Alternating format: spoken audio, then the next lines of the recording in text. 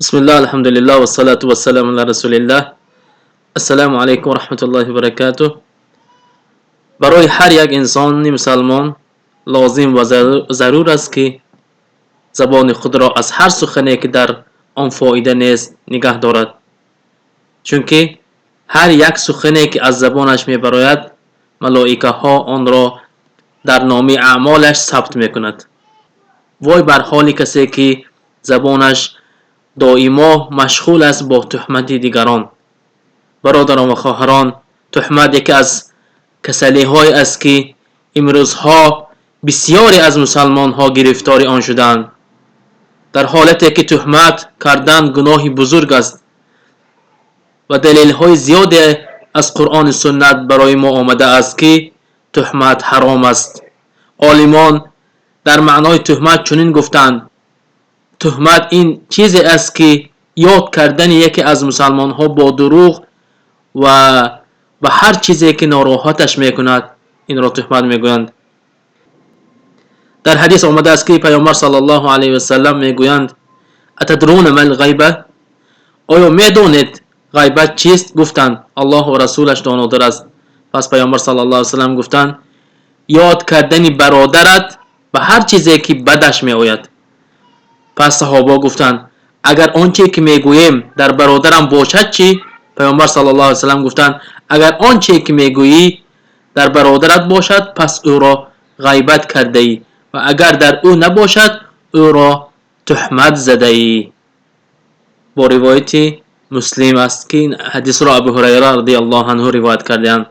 و در دیگر حدیث آمده است که پیامبر صلی الله علیه و سلم میگویند که برای 5 چیز کفاره نیست. این 5 چیز: شرک به الله،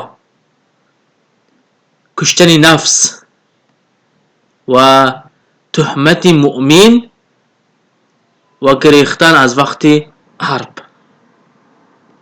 ببینید، یعنی کفاره نداشته است این کسی که تهمت میکند.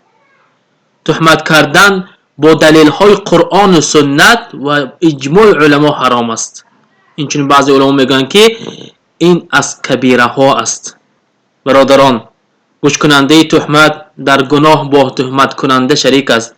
برای همین انسان باید در مجلسی که در آن تهمت می شود اگر قدرت داشته باشد که تهمت را منع کند و اگر قدرت نداشته باشد با دلش تهمت را انکار کرده از آن مجلس برخیزد تا که در گناه شریک نشود.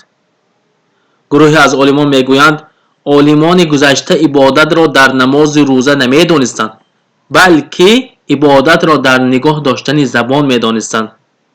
یعنی زبان را از تهمت کردن و از دروغ گفتن میدانستند.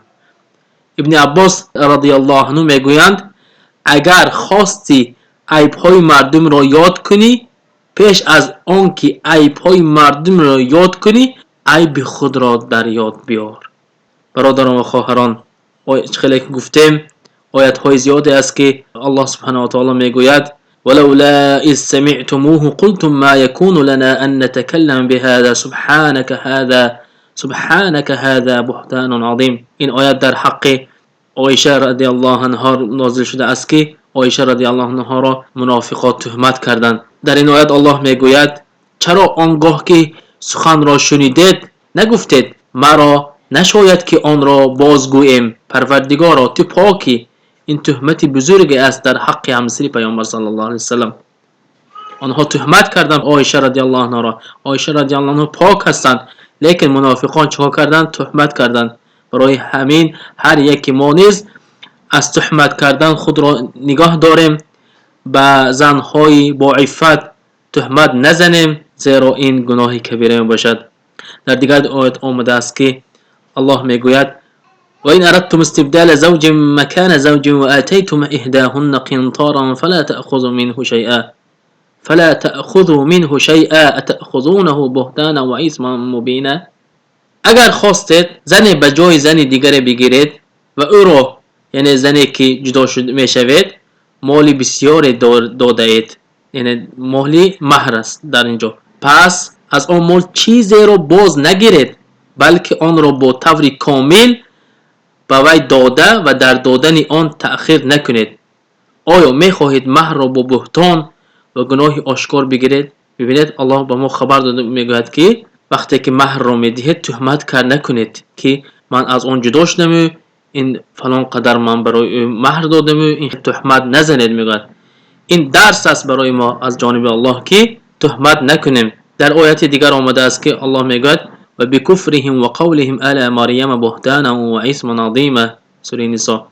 این چنین مریم علیه السلام را بهتان کردند، تهمت کردند. میگوید و نیز به سبب کفرشان و آن تهمت بزرگی که به مریم زدند او را به زناکاری تهمت کردند، حال آنکه او پاکدامن بود. برادران و خواهران، زبانمان را نگاه داریم، هیچ وقت به تهمت دست نزنیم. چقدر سخن کنیم در حق تهمت کم است. آیات های خیلی خیلی زیاد است به این معنا در قرآن کریم. از الله سبحانه و تعالی میپرسم که هر یک ما را برای راست هدایت نماید و زبانمان را دائم در حق گفتن استفاده بردن به نصیب گرداند. و صلی الله علی سیدنا و نبینا محمد و علی آله و اصحابه اجمعین.